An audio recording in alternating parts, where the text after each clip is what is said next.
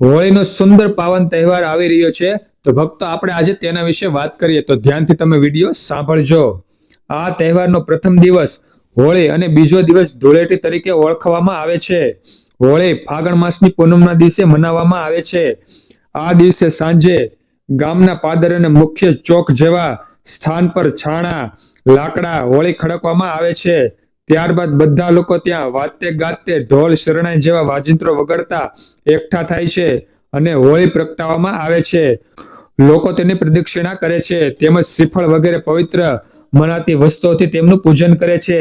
જે લોકો ભારતમાં વિવિધ પ્રાંતો અને સમુદાયોમાં હોળીની ઉજવણી અલગ અલગ રીતે હોય છે, પરંતુ દરેકની ભાવના એક જ હોય છે કે હોળી પ્રગટાવવી અને આસુરી તત્વોનો નાશ કરવો અને દેવી શક્તિઓનું સન્માન કરવું. હિન્દુ ધર્મમાં આને લગતી હોલિકા અને પ્રહલાદની કથા બહુ જાણીતી છે. હોળીના બીજા દિવસે ધૂળેટી મનાવાય છે. આ તહેવાર રંગોનો તહેવાર એટલે જ કહેવાય છે.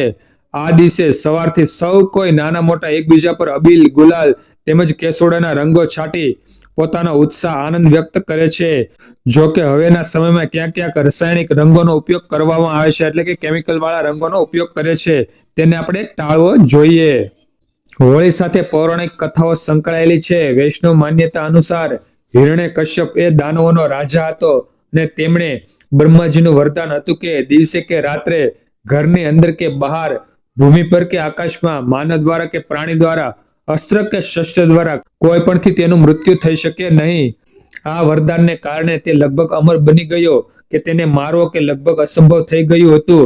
આથી તે અભિમાનની અત્યાચારી બની ગયો હતો તથા સ્વર્ગ અને પૃથ્વી પર બધે જ હાહાકાર મચાવી દીધો હતો.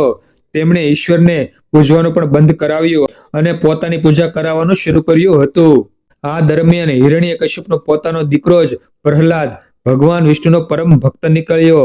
તેણે કેટલો પ્રલોભન કર્યો, કેટલીક બીક બતાવી, છતાં પણ તેણે ભગવાનની ભક્તિ મૂકી નહીં. તેણે પ્રહલાદને મારવા માટે કેટલા ઉપાયો કર્યા, પરંતુ ઈશ્વર કૃપાથી તે દરેક નિષ્ફળ રહ્યા અને અંતે પ્રહલાદને મારવાના ઉદ્દેશથી હિરણ્યકશ્યપને પ્રહલાદને પોતાની બહેન હોલિકાના ખોળામાં બેસાડી અગ્નિ પરીક્ષા આપવાનો આદેશ આપ્યો, એટલે કે અગ્નિમાં તેને સળગાવી દેવાનો આદેશ આપ્યો. હોલિકા કે જેની પાસે એવી ઓઢણી, સ્ત્રીઓ માથે ઓઢવાનું કાપડ હતું કે જે કારણ તેનાથી અગ્નિ પણ બળી શકે નહીં. અંતે જ્યારે અગ્નિ પ્રગટાવવામાં આવ્યો ત્યારે પેલી ઓઢણી હોલિકાના માથા પરથી ઉડી અને પ્રહલાદને વીંટાઈ ગઈ. આથી હોલિકા અગ્નિમાં બળીને ભસ્મ થઈ ગઈ અને પ્રહલાદ સાજો સારો બહાર આવ્યો.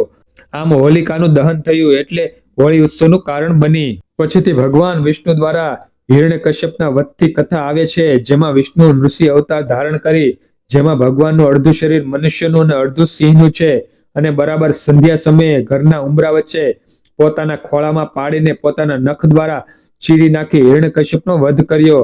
આમ આસુરી શક્તિઓ પર દેવી શક્તિનો વિજયનું આ પર્વ છે.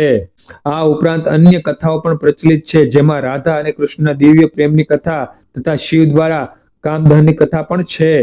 હોળી બ્રહ્માંડમાં તેજનો તહેવાર છે. આ તહેવાર દરમિયાન બ્રહ્માંડમાં અલગ અલગ તેજ કિરણો પ્રસરે છે, જે વાતાવરણમાં અલગ અલગ રંગો અને આભાનો પ્રકાશિત કરે છે.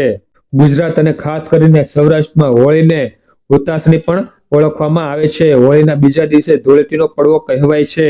અમુક વિસ્તારમાં હોળી પછીના 2-3 દિવસ આ તહેવાર ઉજવાય છે, જેને બીજો પડવો, ત્રીજો પડવો એમ ગણવામાં આવે છે. આ દિવસમાં પુરુષો દ્વારા દાંડિયા રાસ રમવાનો રિવાજ પણ ખાસ તરીકે પોરબંદર વિસ્તારમાં છે. ઘણા આદિવાસીઓ વિસ્તારમાં હોળી પ્રગટાવવા પછી તેની આસપાસ પારંપરિક નૃત્ય કરવામાં આવે છે. યુવાનો દ્વારા આ દિવસમાં શૌર્યપૂર્ણ રમતો રમવામાં અને વિવિધ પારંપરિક હરીફાઈ યોજવામાં આવે છે, જેમ કે ઘોડાદોડ, આંધળો પાટો, શ્રીફળ ફેંકવાની હરીફાઈ વગેરે. ગ્રામ્ય વિસ્તારોમાં ગામને પાદર આવેલા પૂર્વજોના પાળિયાનું પૂજન અર્ચન કરવામાં આવે છે. ઘણા વિસ્તારોમાં હોળીના દિવસોમાં ગામ લોકો વાજતે ગાજતે ગામના બધા જ લગતાઓ વિસ્તારોમાં ફરી અને હોળી માટેનો ફાળો ગોઠ ઉઘરાવવામાં નીકળે છે. આ લોકોને ઘેરૈયાઓ કહેવાય છે. હોળીના દિવસે જેને ત્યાં ગત વર્ષમાં દીકરો જન્મ થયો હોય તે લોકો બાળકને શણગારીને હોળીની પ્રદક્ષિણા કરાવે છે તથા ગામ લોકોને પતાસા તથા ખજૂર વગેરેની લાણ વહેંચે છે. આ પ્રસંગને દીકરાની વાડ કહેવામાં આવે છે. તો શિવ ભક્તો, આવો તો સુંદર હોળીનો મહિમા અને હોળીની વાત.